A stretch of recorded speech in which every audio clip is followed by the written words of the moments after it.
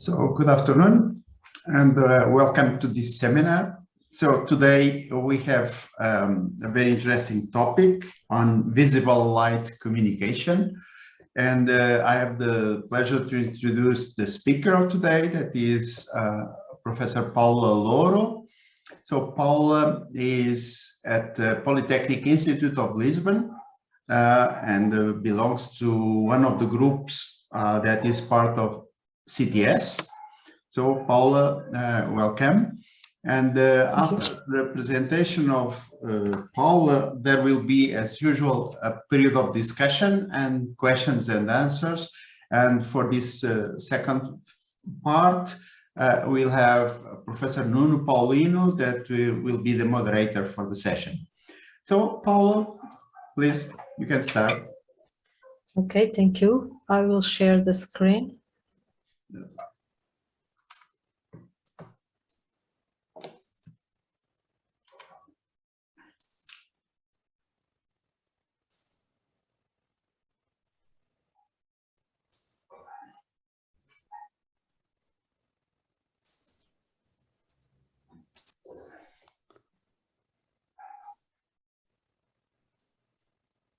So I'm sharing the screen. Is it okay for everyone? Yes. Okay, so I'll start. So I would like to thank you, Professor Camarinha, for inviting me for these online seminars. And I thank everybody that is watching and listening to this presentation. So the title of the talk is Visible Light Communication, usually labeled as VLC, the acronym of the expression Visible Light Communication, Perspectives and Applications. So here is the outline of the talk. I will start with the motivation for using this technology for data transmission and lighting. Then I will make an introduction to optical wireless communication technologies, and I will focus on VLC and FSO, free space optics. And after that, I will explain all the research activities on VLC systems that we have been developing in ISEL. And the focus of our work has been on the design of the VLC system, mainly concerned with the physical layer, with devices, transmitter and receiver units. And with this, I mean, for instance, even the design of the detector that was tailored to be have a spectral sensitivity adequate to the visible signals that are used in this technology, and also to development of the electronic models that are needed to control the transmitters and to acquire the electrical signal from our detector. Then also work on channel modeling, on coding, decoding, parity check errors used to improve the decoding procedure. And then I will also show the proposed applications where we want to implement these VLC systems that are related to indoor positioning and guidance, and also to vehicular communication that is a good tool to improve the traffic management and safety. And finally, a few conclusions of this work. So currently the traffic demand for data transmission has been growing very fast due to the increase on the number of connections on devices, on users, and the radio frequency wireless technologies is becoming quite limited due to this overuse of requests for data transmission. And so there is a need for having alternative technologies that can, in a certain way, fulfill these urgent needs, that is having more bandwidth and more technologies that will fulfill this difficulty. And so optical wireless communications are the ones that are considered to be integrated in the future networks, because they can fulfill this gap. So here in this slide, I'm showing you a future, a network of the future where we can imagine that with everything connected with sensors or having the sensing devices that are attached to many of the devices that we use in our daily life, it is needed to have connection in order to take advantage of the information that it is being collected by that sensors. And so here we have the smart city, where we have smart city, we will have the smart car, we will have the health care that will be connected from the patient to the clinic.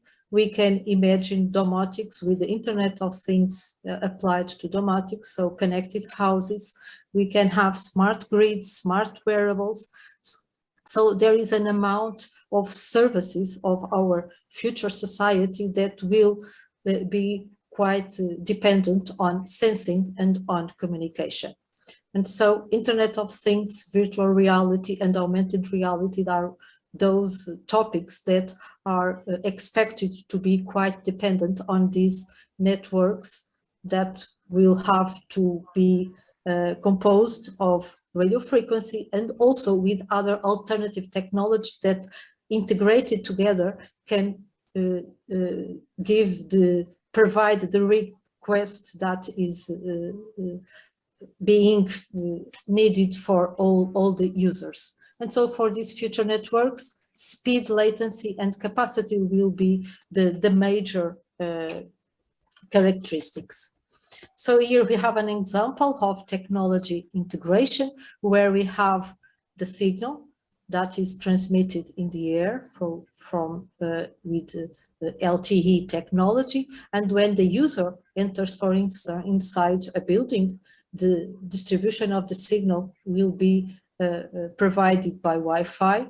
And here with our optical wireless communication technologies, namely with VLC, we can take advantage of the light that is being transmitted by our lamps, and then we can change from one service to another service without even noticing that. And so that is the integration of different communication technologies, and optical wireless communication can play here an important role.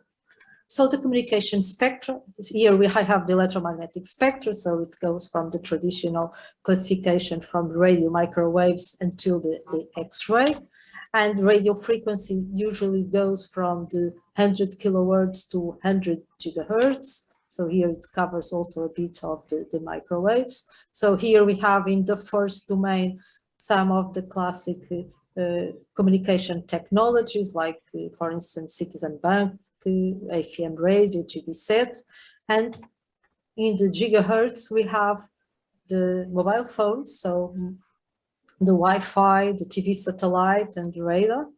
And if we move along the spectrum to the terahertz, here we get the visible spectra, and that's here where visible light communication will play an important role, because it will use light of this frequency. And theoretically, we could even imagine that we could have an added bandwidth due to the fact that we are operating at higher frequencies. Actually, what happens is that electronics and devices are still controlling that limit, and so we are far beyond that value. Okay, so here we have the optical communication spectrum. So the optical communication doesn't work, of course, in the radio frequency like the RF technology. So it works in this part that goes from the infrared to the visible, and even to the UV. So in the infrared, we can divide it into two major technologies. We have optical fiber that operates, it is a guided communication. So light travels along the fiber and it operates in the short and near infrared part of the spectrum. And then we have also in the infrared, we have free space optical communication. So here it is not a guided communication, it is the propagation occurs in free space, and it takes advantage of the same part of the spectrum and even of the same operating devices that usually are lasers that emit at these frequencies. And then we have here at this part in the visible, we have visible light communication, and very often this word Li-Fi for light fidelity is a kind of an analogy with the term Hi-Fi that in the radio frequency relates to the transmission of signals at a certain frequency. So here it will be an analogy with signals that are being transmitted in the visible frequency.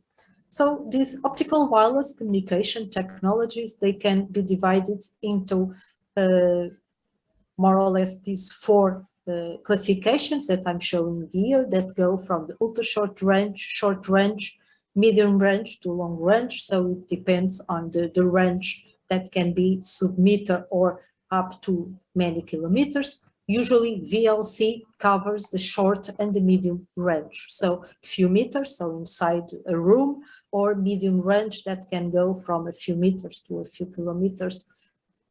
It will be dependent on the range of our light. So here, maybe a few meters to a few hundreds of meters. So ultra short range optical wireless communication here can be divided in, here I have a few applications. So it can be used for intra or intership communication, for high performance computing platforms, or even for device to device communication in hyperdense Internet of Things scenarios. So here are some of the applications that can be used, for instance, for medical applications. Here it's a kind of also another application that can be foreseen with this ultra short range.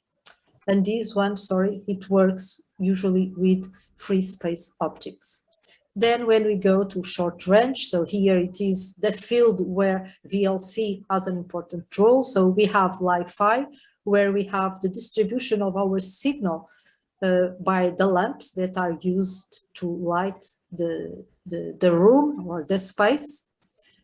Another important field of application is with wearables. Here we are not going to use the same LEDs, but organic LEDs that can be fabricated over flexible substrates, and so they are quite adequate to be integrated with wearable technology.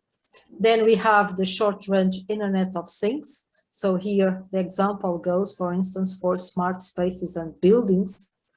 And the last one, that is quite an important application of VLC, and this is one of where our group has focused quite efforts for developing new technologies for positioning using this type of technology, because the lamps that are used here in the ceiling, for instance, to illuminate the room, they are our optical transmitters. So we can have a high density of lamps, and these will constitute many access points for the distribution of the signal. And so this can result in a higher accuracy when we are comparing, for instance, with the Wi-Fi, where we are dependent on the number of Wi-Fi routers than we have inside a building. So for the medium range, here we have two types of applications concerning VLC. On the left, I'm showing you the vehicular networking. So here it is the classical approach to the smart city, where we have the management of the traffic controlled by the traffic lights, by the lights that illuminate the road. Even it can also be done by the billboards or by the headlamps or brake lamps of the cars. So here we can address different types of communications that can go from the infrastructure to the vehicle, to the vehicles among themselves, and even from the vehicles to the infrastructures. And so here we have are even taking advantage of the possibility of having the proper transmitters. They are already integrated in all these infrastructures. And so it is a kind of a natural transition that VLC takes advantage here. Then we have another example here. This is point-to-point wireless access links. So here, usually this is done, for instance, in data center networks between buildings, as it is shown here. Here, these kind of connections is normally based on free space optics. And then the third application, that is underwater communications. Here, VLC is quite an important candidate for having success here, because it provides low latency and very high energy efficiency. So it outperforms acoustic and radio frequency communications. Of course, that the transmission of data along the water, it can sometimes be difficult because there are quite external factors that have to be taken into account, and sometimes it is hard to model this propagation channel. And then finally, for the long range, this is the field where free space optics plays the most important role. And here we will have connection between satellites and ground stations. So most of these space applications are of long range applications in the space are covered by free space optics. And now, as the main topic here covers VLC, just to sum up some of the main advantages that we have when using this technology is that we are using lamps that at the same time provide lighting and at the same time will provide communication services. So it is a kind of two-edged advantages, because the same infrastructure can be used for two different functions.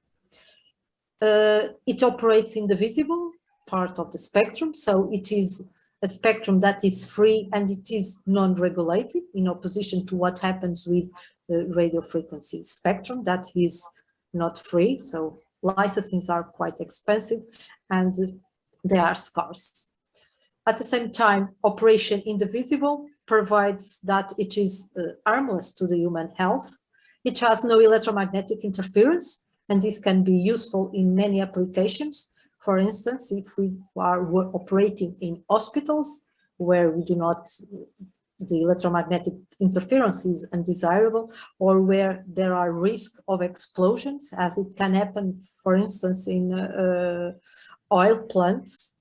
So it is better, or when RF is not desired, we can go for VLC.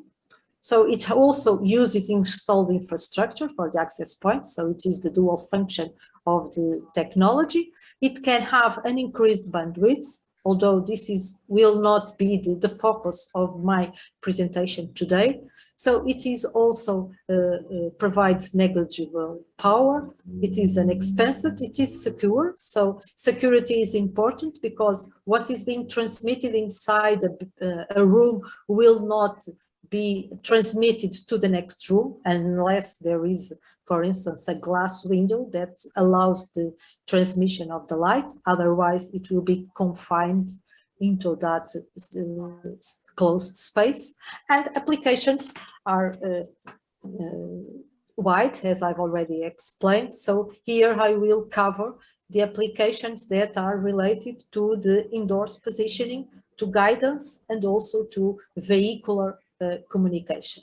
So these VLC and FSO that together are most important optical wireless communications, they can be a good alternative or can even complement other technologies based on radio frequency.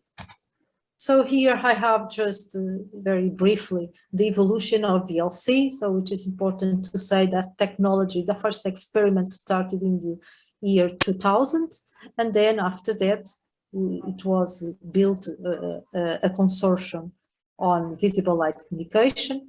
And in 2007, 2009, 2011, a few institutions and associations. So it was the Japan Electronics and Information Technology Association and the IEEE joined formed task groups in order to work on this technology.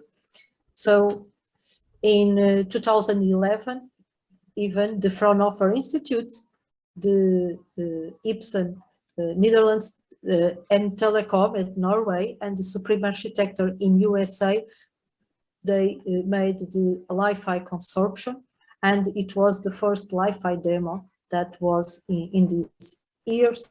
So as you can see, it is a technology that is still growing.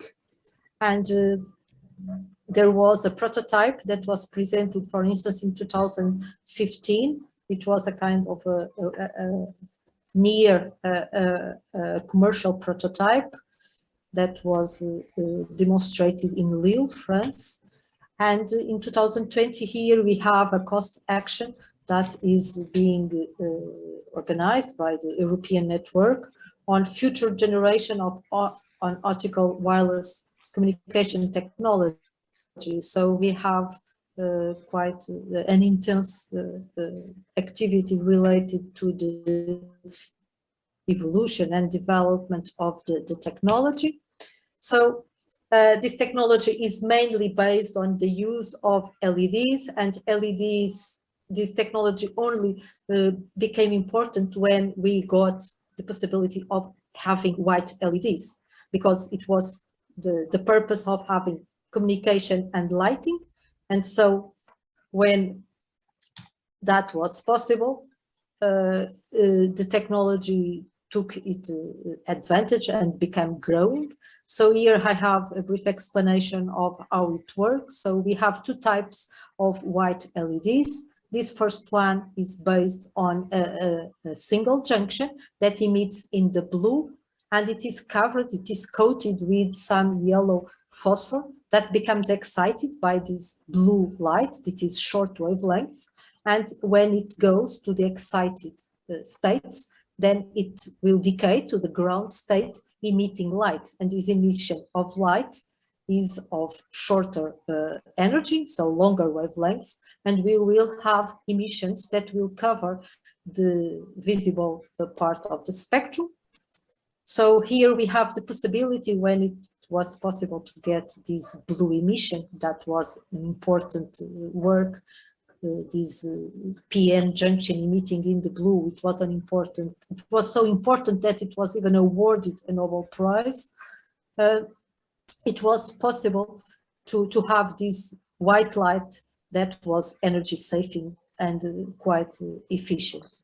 And so this is one of the possibilities, is to build VLC using this type of very common white LEDs. Here, the main disadvantage is that this decay is slow, and so it will limit the response of our device. Then the other possibility is working with chromatic white LEDs, and these can be used using different junctions that will emit at different wavelengths in the visible part of the spectrum. And our eye, that works as an integrator, will sum up all these contributions with different weights, because it is dependent of our human response to the light. And then we will have the perception of white light, and that white light, sometimes it is more near to the yellow, more near to white. It will depend on the composition of the emission that we have in each of the trichromatic, as it happens here in this central picture, or just with two LEDs, two junctions, or even with four junctions. So this is a possibility that also was born with this use of white LEDs. And in our work, we are working with these trichromatic LEDs because it will give us also the possibility of having an additional channel to the transmission of light. So for each of these LEDs, we can have 2, 1, 2, 3, even 4 channels if we use a tetrachromatic LED. So LEDs usually are designed for lighting. So main issues that are addressed by the manufacturers are related to efficiency, to lifetime, to being robust, to be friendly at the environment, to have a good color rendering index, because it is desired that it will not make any confusion to the user of the colors. So it is also important not to warp up and to warm up, and to be controllable in brightness and in color. So these are the main issues that manufacturers that produce LED lamps for lighting usually address.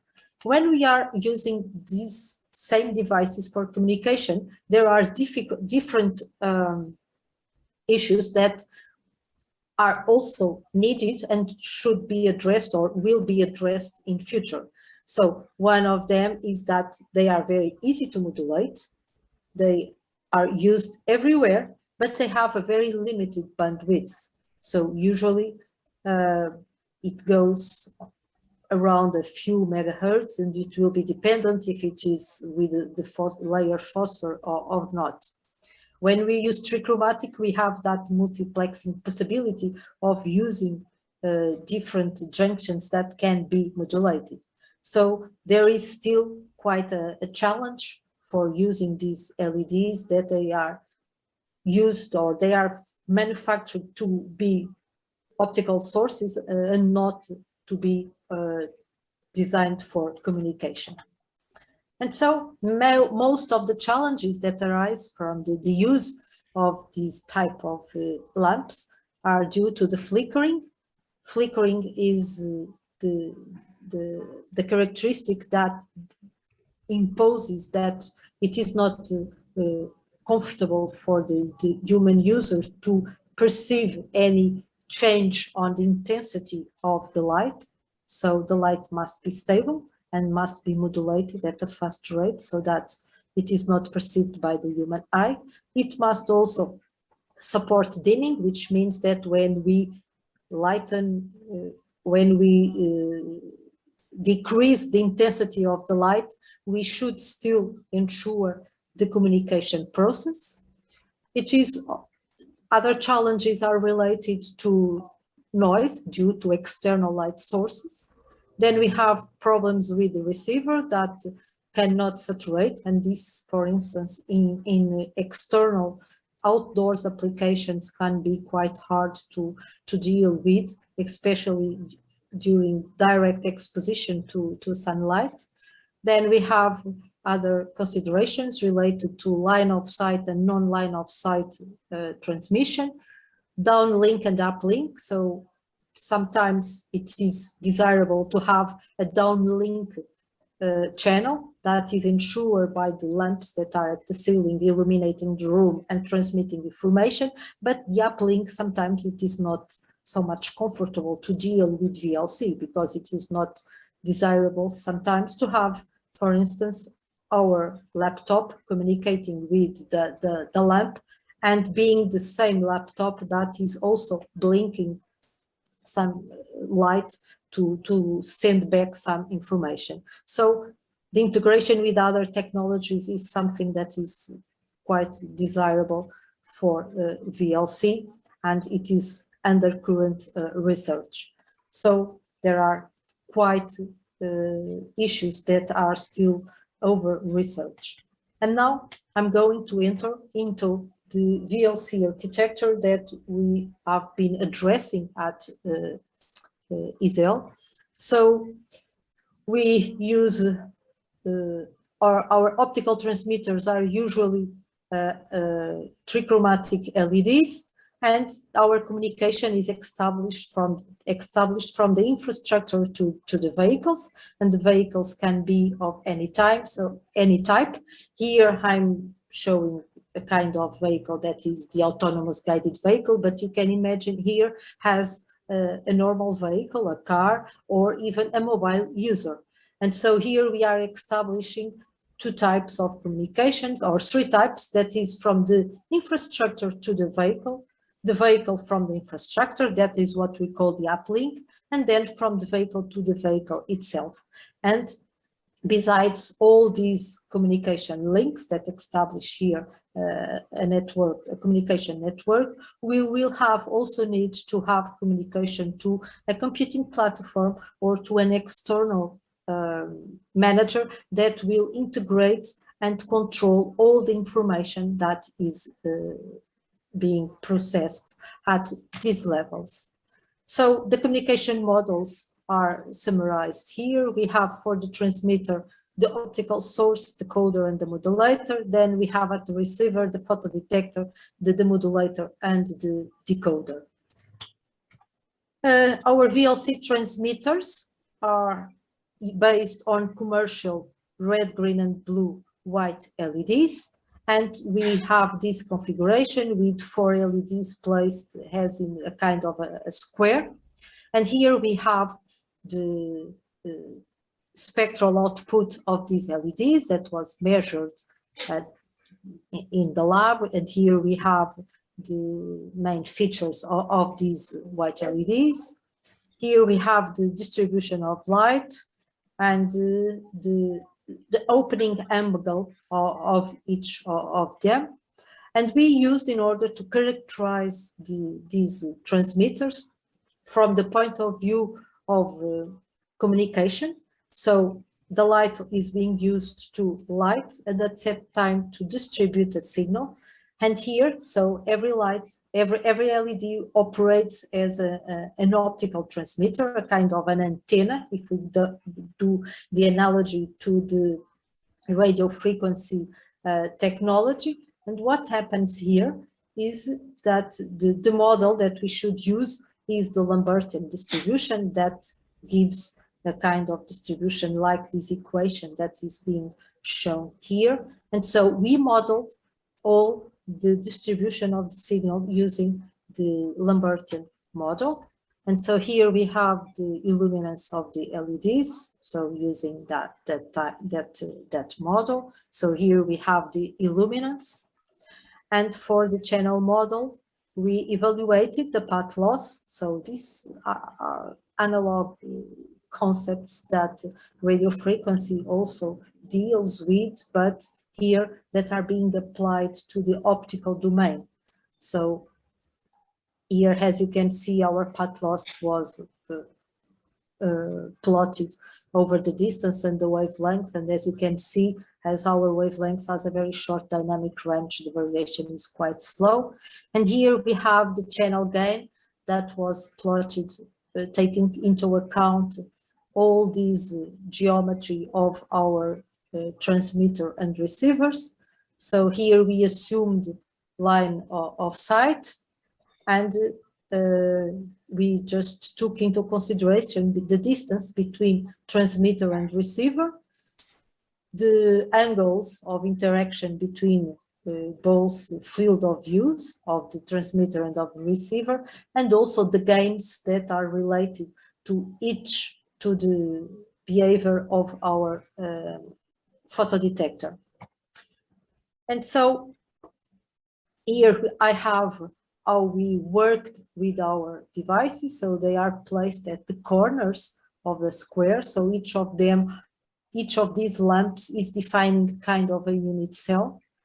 And inside here, we will have different contributions that will be dependent on the position inside the cell. And of course, this will not be enough to illuminate and make a good signal distribution of our optical signal. So we will have to have different lamps, and each of them will replicate these cells along the space. And here I'm showing you the signal coverage. So we evaluated the received power due to the presence of these LEDs. So using the Lambertian model and the channel gain of our link. And as you can see here, we can define different regions where we have the contribution of the different LEDs. And then here it is what we call the footprint map, where we have the central position, where we have the contribution of the 4 LEDs, at the corners just of 3 of them, and by the sides only of 2. And so if the detector is placed in any of these positions, it will have the contribution of different signals. And if this contribution is assigned to the spatial position of each of them. So now about the receiver, we worked with the PIN heterostructure photodiode. So this is a device that was specifically designed at ISEL by our group. So it consists of a front amorphous silicon carbide PIN device. And here we have another device based with composed of a different material. So here we are not working with the alloy of silicon carbide, it is just silicon. So we have different band gaps, which means that the absorption properties of the materials will be different.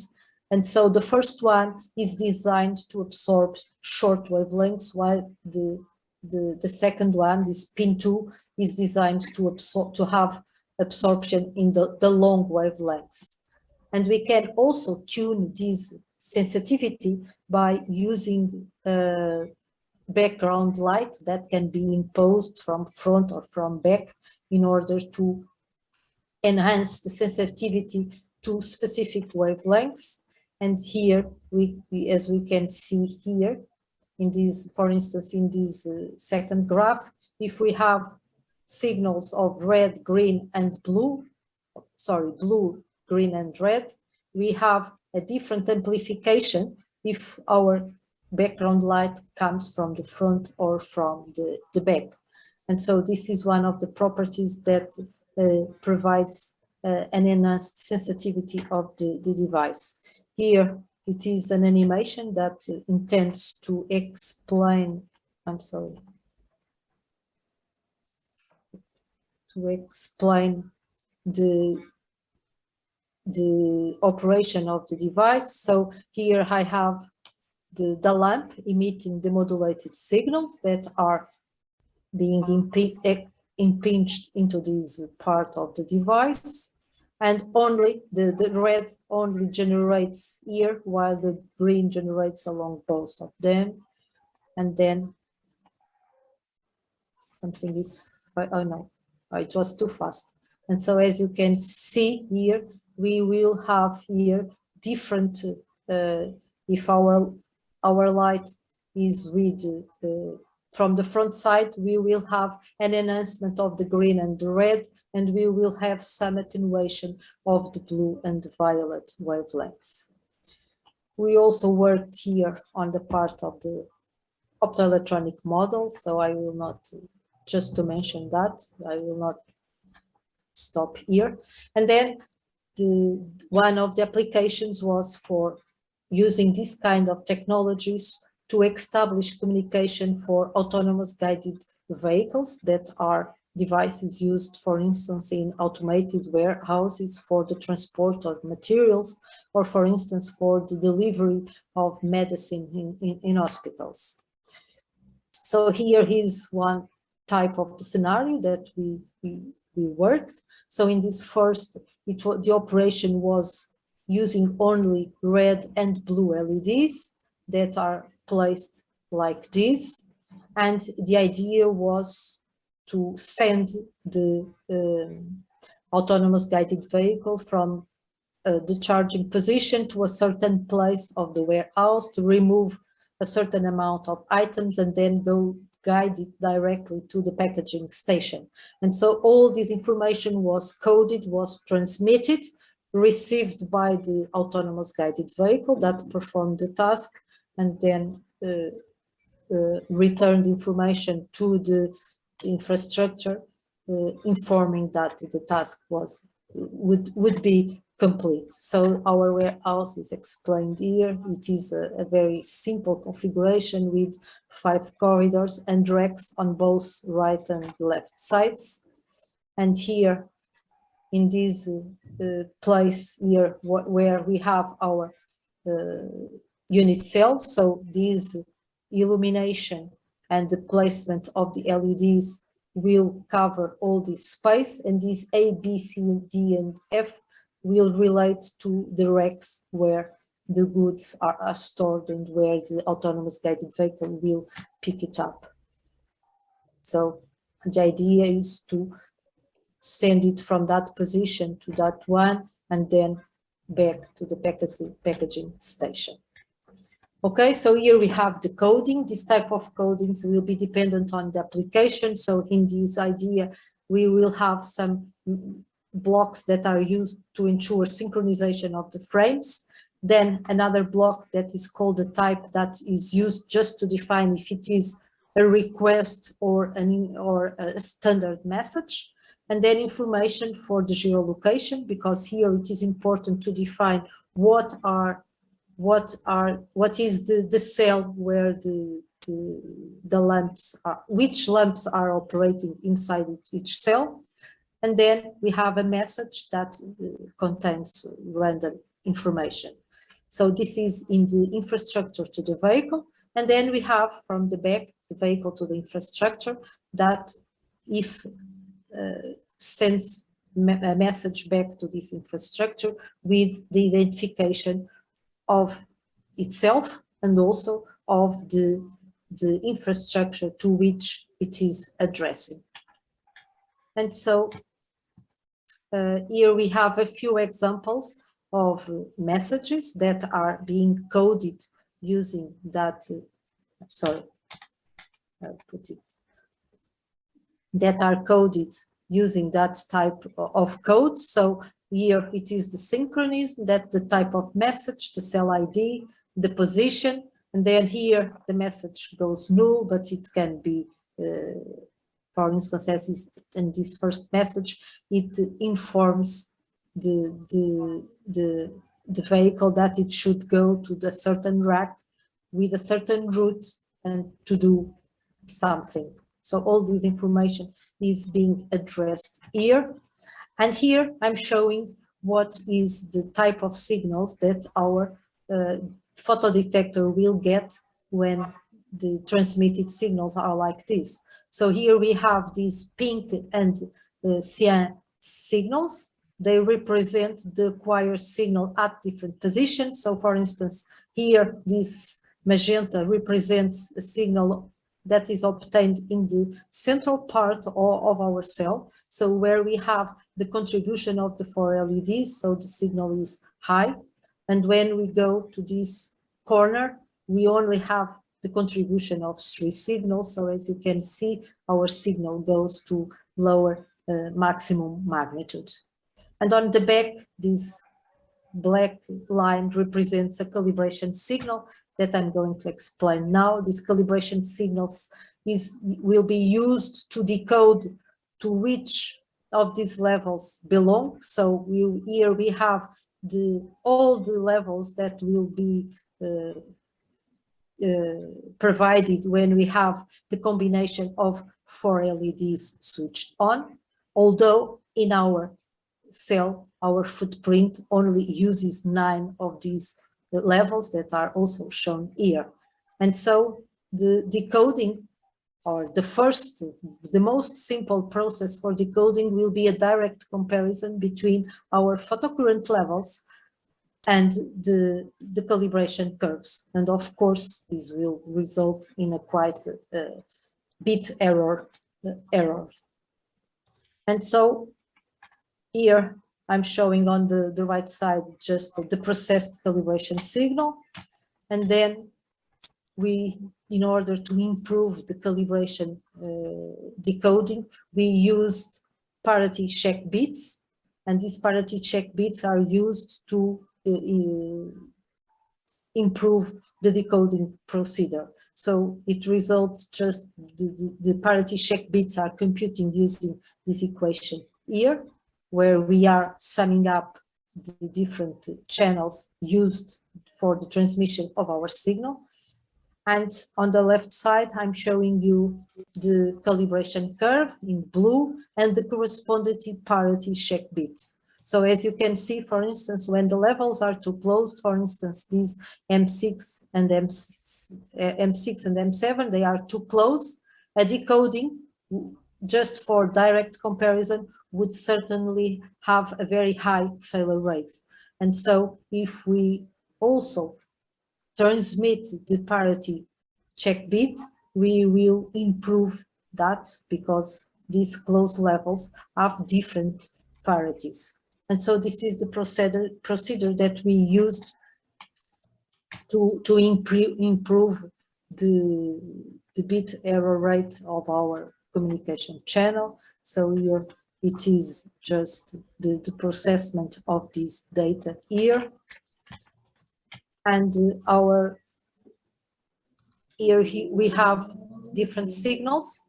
And as you can see, for instance, here it is shown in this part levels that are quite close. So this would result in most probably in an error decoding.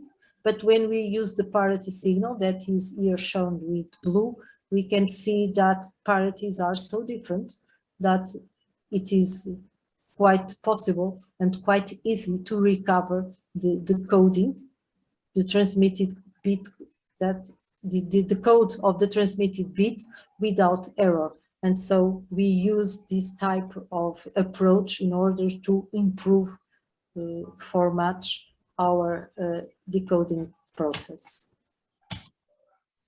Another application is related to large building navigation. So here I'm showing you an example. It is in an airport. So we have different scenarios where we can have light that is used to transmit information. And so we used different topologies. So this first one, orthogonal topology square, is the one that I've already explained. And we worked also with a different topology, that is this one, non-orthogonal topology, that shows different footprints. So this one, it is the 9 footprints that I've already shown. Here they are being built with red, green, blue, and violet wavelengths. And here we use the same LEDs, but in a different topology. And so we will get 5 footprints. And so we have worked with the 2 topologies, and this one is the first one is adequate for linear spaces, while in other ones this seems to me to be better. So here I have an example also from a user that moves from this place to another place, and here during this movement it will receive the photodetector will receive different signals that will be that will contain not only the information of each cell that is being transmitted by each node. For instance, this one here, it is G11. It means that it will transmit the information that this LED belongs to this cell, while here it is just already in the second column, in the third, in the fourth, and then these from this back line are in the second line. So it is also a matrix notation to address the position of the LED along the space. And inside the space, the information of the specific position, so what we call the fine grading, will be decoded by the footprint. And so here we have another example of the transmitted signals that and the signals that are being received. So this is in this first cell in this position and in the other one. So I can show you. So here we have the highest level for the central, and then when it moves to the side, it will get the lowest value. And the decode, as you can see, here we will lose the green and violet signals. So we have a decrease on the height of our signal, and the decoding of all these blocks will give us information about position and footprint.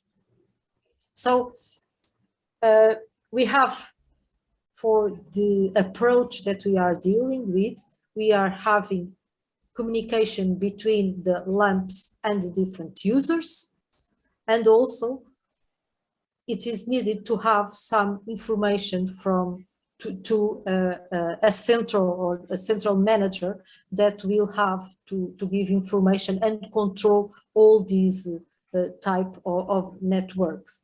So these different levels on for operation in the networks is the point where we are now working with.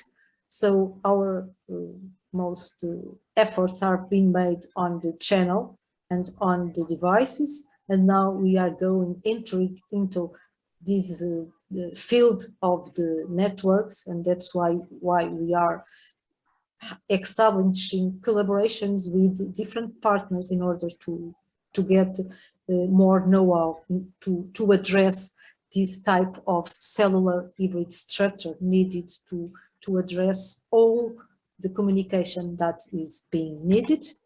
And just the last application is related to vehicular communication. I still have 5 minutes.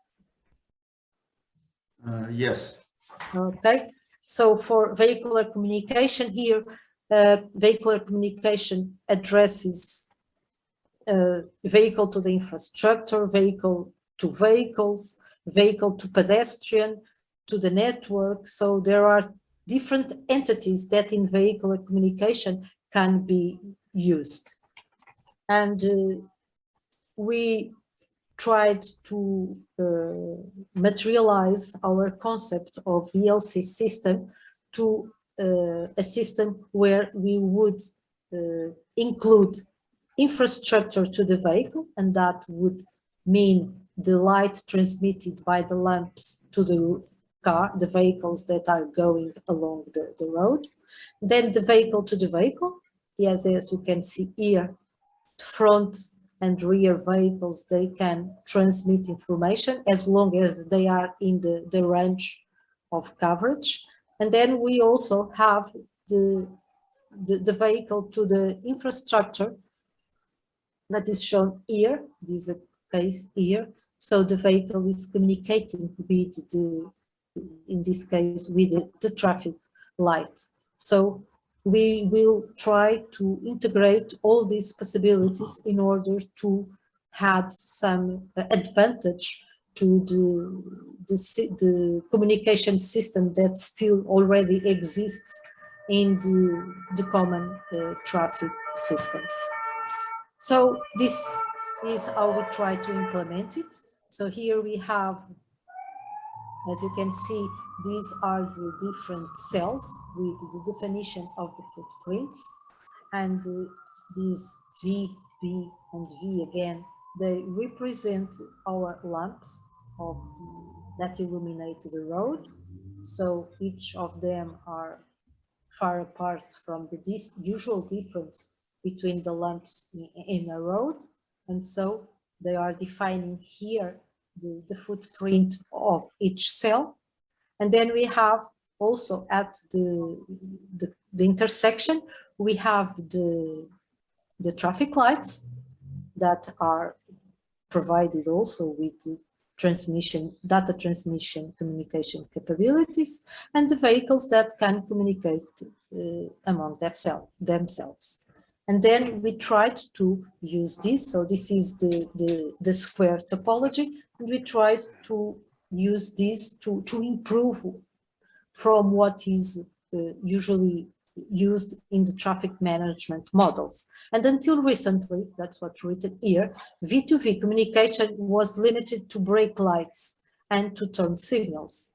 So that is what every driver knows when he's driving along the city. So this is quite known. And also vehicle to the infrastructure, that was restricted to point detection. So that was information that is installed on the road, and when the vehicle passes through or above those loop detectors, it will send information back to the infrastructure. And so until very recently, this was the only type of information that is being used for the management of the traffic in the city. And so we wanted to implement VLC for the advantage of the traffic management, using all the possibilities of transmitting information among vehicles, vehicles to the infrastructure, and the infrastructure to the vehicles. And then we established this model that is explained here on the left side, where we have our vehicle that, when is driving along the road, receives information from every street lights, and this information allows the vehicle to infer the position, and this vehicle can also transmit that information to the next vehicle, and this next vehicle also information to the front vehicle. So we have always information from vehicle to vehicle that is being transmitted. And so when our vehicle arrives, for instance, this distance here, which we call the request distance, it will transmit a message to the traffic light in order to request that wants to go right or left or go forward. And the traffic light, receiving that message, will also get the information of how many vehicles are in front and how many vehicles are behind, because there is connection between all the vehicles that follow this line and as far as they are under the coverage range. And all this information can be transmitted to the traffic light. And so the traffic light has access to the information of the request and of what is behind and forward. And so there is some added information that can reach the traffic light even before the vehicle crosses these loop detectors, and can have a kind of smart decision about what is going to happen in that specific intersection. And so here we follow again this generic model for mesh and cellular hybrid architecture, where we have connection between our infrastructure to the different vehicles, from the vehicles, and also to this smart traffic light that has that power to decide if the traffic light is going to be green or red, or it will operate as dynamically. It will not just follow predefined times. And so here we have our example. So we have a vehicle that is, this is the signal that was obtained at this position. So at this position, it is already in what we call the message distance. So the vehicle has already requested what was the intention during this driving, and here in this part here it will receive the message distance to state what is going to happen, which means that if the vehicle is going to cross over, or it will have to wait to let other vehicles to pass. And so here we have these different information that is being received by the vehicle when it gets this position. And so this is the access of the traffic lights to this type of information that will get not only the information of the request from each vehicle, but also information of the vehicles that are front and behind that vehicle, will improve the queue length and will improve the speed and the management of the traffic lights, because it can be adjusted dynamically. And so for conclusions, I would just like to say that we have developed this tunable device that operates in the visible range. We propose different VLC system for the transmission of lights and working for indoor positioning. We worked with different topologies, multiple wavelengths and different coding schemes that were dependent on the application. We used that fine-grained indoor localization using the footprint maps, and we were able to get that also by the modeling of our channel. And we also are working on vehicle communication to improve the data, the management of the traffic and safety of the traffic. And I'm concluding. Thank you for your attention. Thank you for your presentation. It was very interesting. Now I would like to open the floor for anyone that has some questions that would like to ask.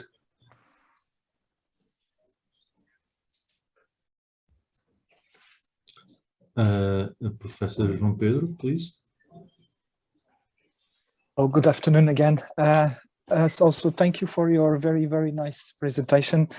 I have only two questions. When modulating the LED or the LED lamp, do you use a kind of duty cycling? Let's say you turn off for a very short time and then modulate, because there is this retention of the human eye, or you are always modulating the light of this lamp? We are working with dedicated hardware, and we are implementing a code. The way it is implemented, it switch on and off the LED, but the level doesn't reduce exactly to zero. So it is a kind of on-off keying modulation, and you use a certain DC level. Okay. And another question is this vehicular to vehicular and vehicular to the to the lights of the street lights. It's a very, very interesting application. I feel probably wrong that this type of communication, it's very directive because of the radiation pattern of the LED and also from the receiver. How can you see the communication, the link between the vehicle, for instance, with the street light? It is easy, or in terms of pointing the direction of the communication? Well, our communication from the vehicle is from the vehicle to the traffic light, from the street light to the vehicle, and from the vehicle to the vehicle. So you imagine these, let's say, these lamps located in what part of the car? These lamps are the lamps that the car already has. Oh, okay. And so the communication will be not from the vehicle to the lamp, to the lamp on the road. Okay. It is from the vehicle to the traffic lights at a certain distance. Okay. And of Okay, course, this is one of the challenges it's of, a great challenge. of the technology, yes. Okay. Because it's easier to ensure connectivity and coverage from the car to the vehicle, because they are aligned at the same, more or less the same distance. And so here, alignment is much easier than when we have different aids, as we have with the traffic lights and the vehicles. Yeah, okay. Thank you. Thank you very much for your presentation. It was very, very nice. Thank you. Thank you. Okay. Does anyone else have some questions?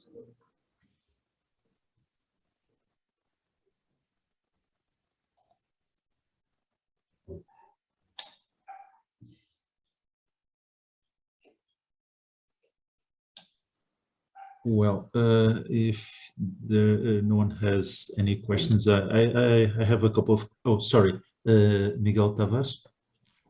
Hello, thank you for the presentation. I would just to ask Professor Paula one thing. What are you considering in terms of security for this last application? Because you said there are no security issues when you're working inside the house, of course, light wouldn't propagate without the room. But in the streets, the thing is not like that. So are you considering something about the security of the system? Thank you. Well, that was a general observation related to the transmission of data inside the room, saying, just to state that differently from what happens with radio frequency, the signal does not propagate outside the walls, and so information will be confined in that wall. Outdoors, we want to transmit the signal along the road, and it will be confined to the coverage of our lamp coverage. And the information that is being transmitted is related to what the driver wants to do. What the intention is to go straight forward or to turn left or right. So that it is some information that is not confidential. So it is just related to the traffic. It is more or less the same thing that we do when we turn on our blinking lamps, stating that we want to turn left, and that we do informing our rear driver or two rear drivers of our intention to turn left. So here we do the same, not with our blinking lights or with our blinking lights, but at a very fast rate. And the idea is to send that information to the traffic light so that the traffic light will manage all the requests and will have an idea of all the drivers that are following that, that line in order to infer if it is appropriate or not to change or to give passage or to deny the passage to that driver. So the traffic light will be controlled by all the requests and all the drivers that are following that request. So it is a kind of a dynamic adjust of the traffic light. Yeah, thanks. Okay, anyone else has some questions?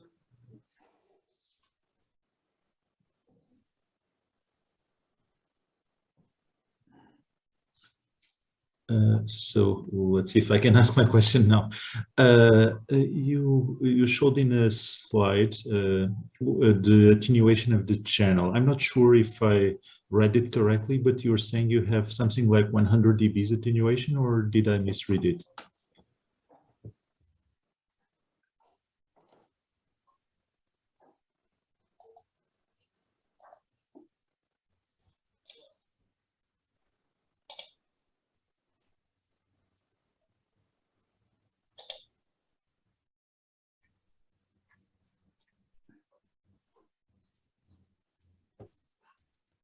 Oh, sorry. It is. It's the slide where you analyze the channel, I think. Yeah, I think that's the legend. It should be dBm and not dB. Ah, okay. Because dB, 100 dBs, it's a lot. Okay. Yes. Okay, I'm talking about the 2D graph where you show the attenuation as a function of the distance. Yes. Okay, so that's the received channel, the received signal. That the received signal. Okay. Because I was wondering why the light was suffering such strong attenuation. So yeah, that makes more sense. dBm. Okay. The other question that I have is that I noticed that your transmission rate is a little bit is a bit slow. It's around in the kilohertz regime. Why is it so slow? Why can you not make it in the megahertz regime, for example? Okay, so there are several reasons I can comment on that question. So the first one is that our device is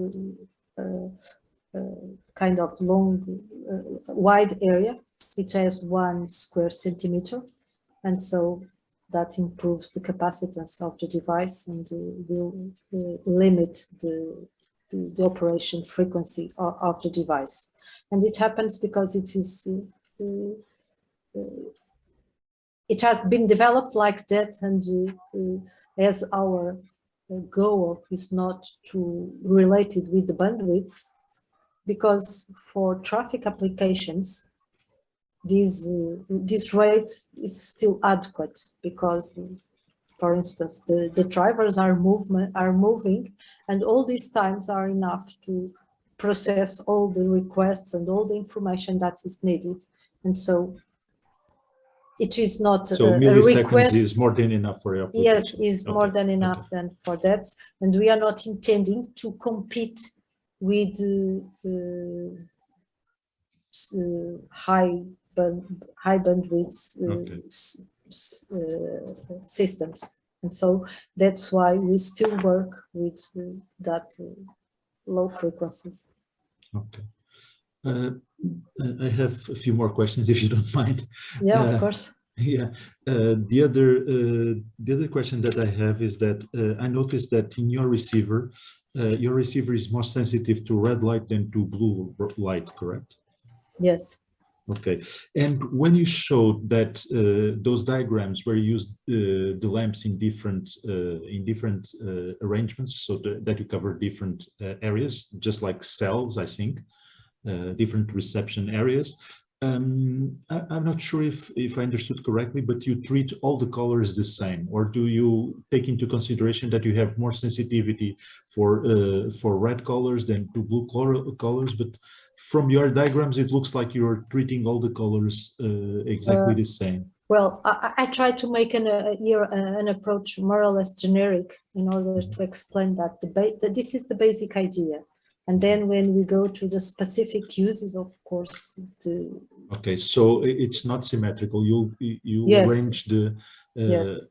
You'll arrange the colors taking into consideration the wavelengths. Yes. Okay. This is just a bit of generic in order to be too much boring to explain every details of every implementation, like the coding itself. Coding differs depending on what we want to transmit.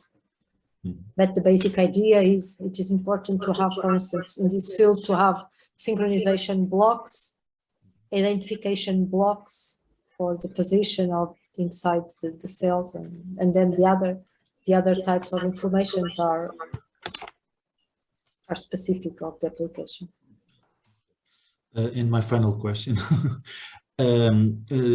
You said that you measured in the last slides. You measured that application for cars.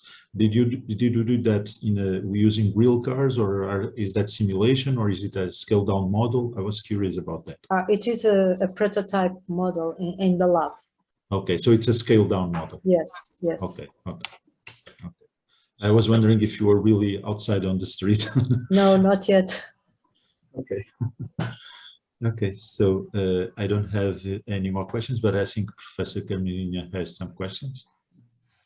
Yes, so thank you, Paula, for your very good presentation. At least for me, it was very informative because I was not aware at all about the status of this area. So I really appreciate your presentation. I have two very general questions. One is the following. In the beginning, and perhaps because you are very enthusiastic about the topic, you presented one slide full of very positive features of this technology. So the question is, are there negative aspects as well, limitations or not? Well, it is quite challenging because, for instance, there are a few issues that I really did not mention because I still consider them to be challenges because and not real difficulties yet. And because, for instance, let's use that example of the vehicular communication. If we are driving in a sunny day, it will be different of driving and communicating in a rainy day. If the pavement of your road is made of a certain material, the reflections will be of a certain type. It can be diffuse or it can be specular. It will depend on the material that you use, on the type of, for instance, of paint that you use to make any signs along the road. So there are many, many issues that will influence the distribution of your signal and the reception of your signal and the decoding. And so all these are handicaps or are challenges. Mm-hmm. I don't know. Maybe it's better to consider them as challenges and not as handicaps. But future will tell us how it will be.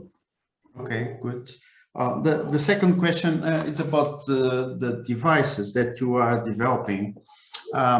So how do they compare to competitors? Are there other people doing similar things? Are you more advanced than them? Okay. Are you planning to exploit it? Well, that is a good question. For instance, most of the competitors or the other researchers that work with this type of technology, most of them take advantage of the cameras that we have in our mobile phones to get that type of information. And as we are working with these dedicated photodiodes operating in the visible, we have now established we launched a new proposal for a project. In that, one of the goals is to compare the performance of the detectors using the CMOS-based cameras that we have in the smartphones with our dedicated photo detectors. So this is something that is also under development and under research.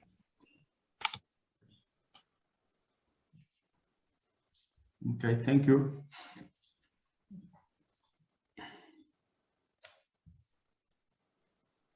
There's a question here in the chat. Can you read it, please? Thank you, Professor. Just have a little question for the devices. The downlink usually can use LED, but the uplink is with wireless or also try to use LED. Okay, so that is something that I referred that sometimes it could be uncomfortable to have an LED blinking up with certain information and transmitting data. That is, it depends on the application for it, but if we want to use with VLC, we can use a different wavelengths. We can even go to infrared if we do not want to perceive the light. But it can also be done alternatively with a different technology. It can be with radio frequency, for instance, yes. So that is an open question, depending on the application. Okay. Thank you for your answer. Does anyone else have a final question or? Majid?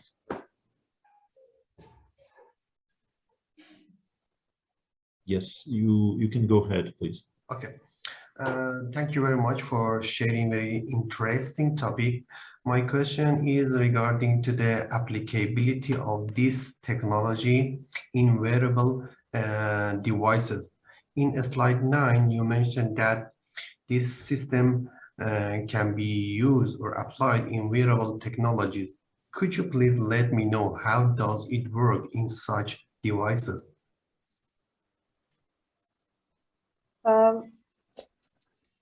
For instance, in wearable devices, we have devices that are connected to our body. It can be, for instance, you can imagine of a bracelet like this one I'm carrying, or you can imagine of a ring or even clothes, and those have sensors, and these sensors are collecting information. And in this world currently, when we have information, we have to take advantage of that information. So it is needed to transmit it. And so that's where VLC will have to work for the transmission of that information. And that information can be used, usually is transmitted by OLED. OLED is the organic LED that can also be part of our gadget that can be produced on a flexible substrate. And so it can be used to retransmit the information collected by our wearable. It can be used for different applications. It will depend if we are collecting, for instance, our human signals. It can go directly to your doctor or clinic or just for your laptop, just for you to sum up what is happening with your sleep rate or any other type of information. This is the best I can tell you about it, because it is really not my field of research, these wearables. Thank you very much. Okay, so final call. Anyone has any final question?